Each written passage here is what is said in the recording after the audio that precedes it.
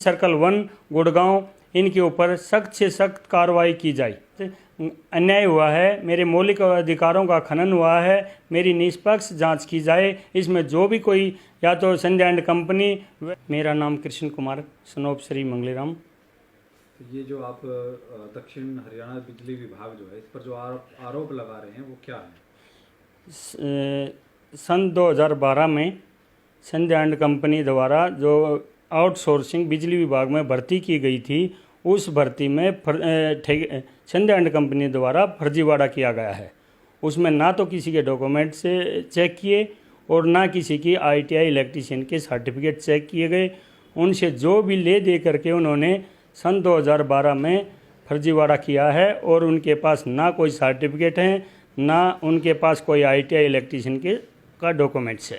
तो ये आप जो आरोप जो है वो लगा रहे हैं, मैं सन 2012 से बिजली विभाग में संध्या एंड कंपनी द्वारा आउटसोर्सिंग पर कार्यरत हूँ और मेरे साथ के जितने भी लगे हुए हैं सारे कोई 5वीं फेल हैं, कोई 8वीं फेल हैं, लेकिन मेरी ठेकेदार से कुछ कहा सुनी होने के कारण लॉकडाउन के दौरान सन 2019 को नौकरी से निकाल दिया। हज़ारों बार RTI लगा ली और फर्स्ट अपील, सेकंड अपील और CM विंडो पर मैं कंप्लेंट डाल के थक गया हूं, लेकिन मेरा समाधान नहीं कर रहे हैं ये ठेकेदार, संध्या एंड कंपनी व बिजली विभाग। SC सर्कल 1 की आपसी मिलीभगत होने के कारण मेरा कोई समाधान नहीं हो रहा है।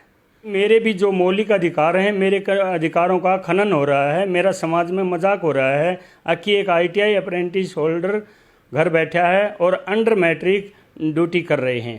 तो RTI के कोई जवाब आपको वापस में मिला? RTI का जवाब मेरे को उसमें खाली ये इन्होंने ये लिखा है अभी मैट्रिक प्लस ITI, उसमें लिस्ट में मेरा भी नाम है, लेकिन अगर वे मैट्रिक प्लस ITI हैं तो मैं भी मैट्रिक प्लस ITI हूँ, तो मेरे को क्यों बिजली विभाग ने निकाला है? जब आपको निकाला था तब आपने कोई कंप्लेंट वगैरह की थी किसी? 19 फरवरी 2000 को मैं अपना PF का UNA नंबर लेने संध्या एंड कंपनी ऑफिस गया, तो वहाँ पर अशोक नाम का कर्मचारी मिला।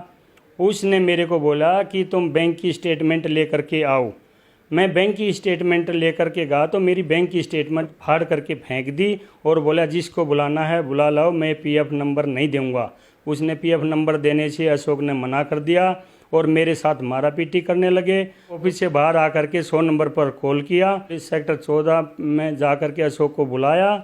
अशोक ने माफ़ी मांग करके माफ़ीनामा लिख दिया। उस माफ़ीनामे में ये लिखा गया था कि मैं तेरे को नौकरी से नहीं निकालूंगा, लेकिन उसने मेरी धीरज नाम की नकली RTI लगा करके मेरे को SC साहब सर्कल 1 के पास मेल करके मेरे को नौकरी से निकाल दिया।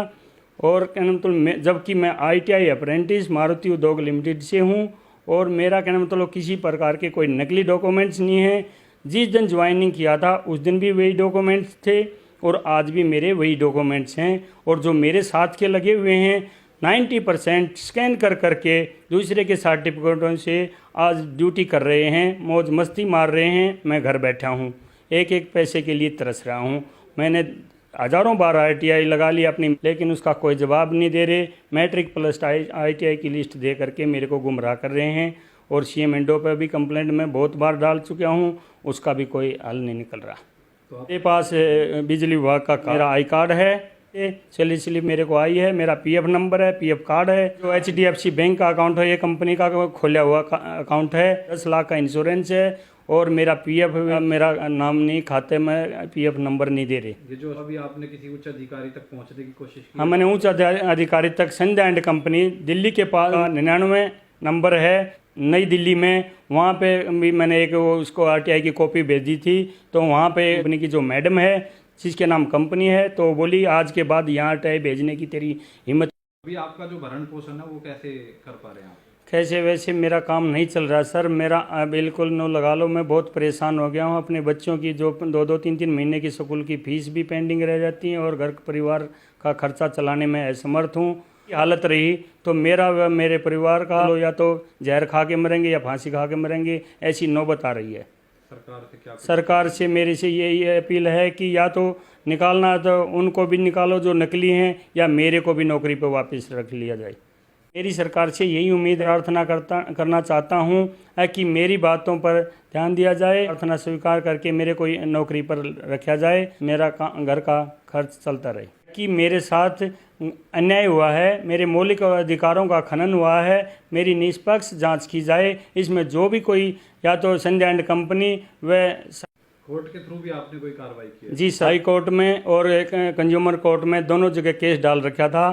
तो इन्होंने बिजली विभाग के और कॉन्ट्रैक्टर संध्या एंड कंपनी वालों ने बोला कि जी ये एक ही केस चालू कर सकता है, दूसरे केस को क्लोज करना पड़ेगा। तो मैंने हाई कोर्ट से अपना क्या मतलब केस क्लोज करके ट्रांसफ़र करवा के कंज्यूमर कोर्ट में ही दोबारा क्या मतलब डाल रखा है।